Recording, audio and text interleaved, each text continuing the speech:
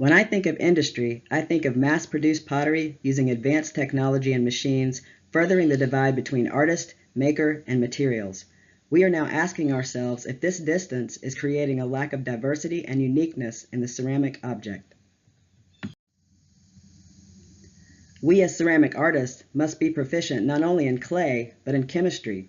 We are mechanics, electricians, pyrotechnic experts, and business people forced to become skilled in marketing and social media. I moved to Asheville in 2015 and have had the privilege of working with some amazing artists. Every piece of pottery tells a story about its maker. The value of the handmade object is its ability to display the mark of its creator. Were they inspired by atmospheric firing or by colorful glazes? Was their process more about the experience or the end product? The Bright Angle Studio creates a bridge between design and craft. It is an effort to reconnect the designer with the maker. When ceramic ware is designed on a computer by people who have no concept of the material, it creates a tangible disconnect. Handmade objects allow you to feel connected to another human, the artist and craftsperson who made the things you use every day. Part of what I love most about being a ceramic artist is the interaction and camaraderie of the clay community. I found my home at Odyssey Clayworks. Gabriel Kline, the director of Odyssey, has created outreach programs in which we work with veterans, local schools, and the community at large with the Ready Set Throw one-night pottery sessions and summer camps for kids. We don't just exist in our private studio spaces. We break bread together. We talk about our ideas and share our experimentations with each other. Through these conversations, we become better artists.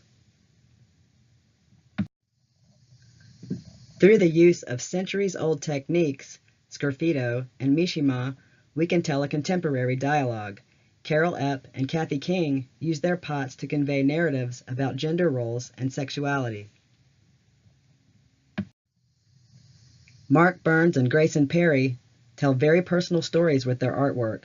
Seeing their work gave me the courage to use my own voice, despite the repercussions doing so may bring. Roberto Lugo is potter, social activist, spoken word poet, and educator.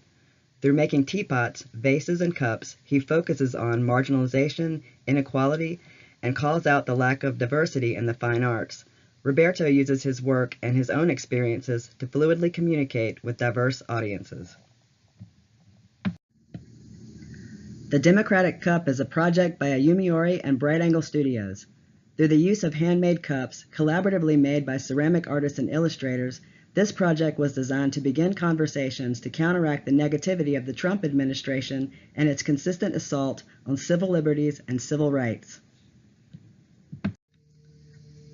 The Socially Engaged Craft Collective is an expanding network of artists who create a wide range of socially engaged art projects that are rooted in the history of craft objects and materials.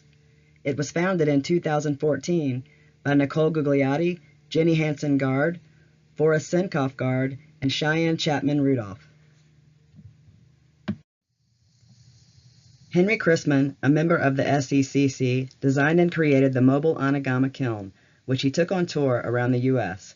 With this project and his most recent backpack kiln, he has demonstrated that with the proper tools and determination, pottery can be made available to all communities. Lauren Carl creates utilitarian ceramics to create shared experiences over a meal to find commonalities amongst their diverse backgrounds.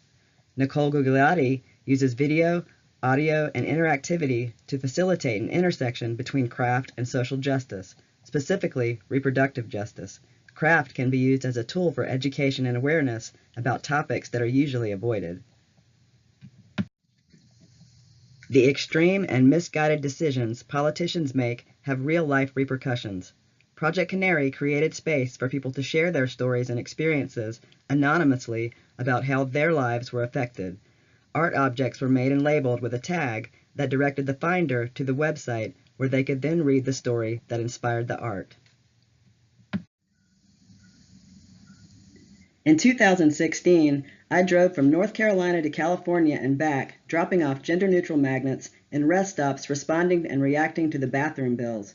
When someone found one of these objects, They were directed to the Project Canary website where they could read the story that inspired the art, my story. We Aren't Invisible began as an exhibition at SECC curated by Amanda Barr. It included 30-plus femme and non-binary artists who make work about gender, sexuality, culture, religion, race, oppression, class, mental illness, politics, and more. It has grown beyond a single show into a movement for support, solidarity, and visibility.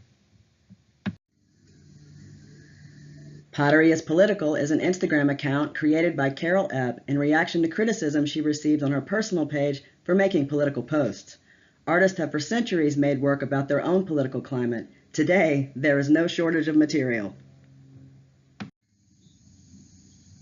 For me, ceramics is about standing up and telling my own story. It's about education and visibility, speaking up to the people in the world that tell you that you shouldn't exist. It's about being that person that you needed when you were younger, because if we don't make our voices heard, who will? The ceramics industry isn't just the mass production of pots. It's a process of creating the ultimate commodity, a well-made, handcrafted object with a purpose and a voice.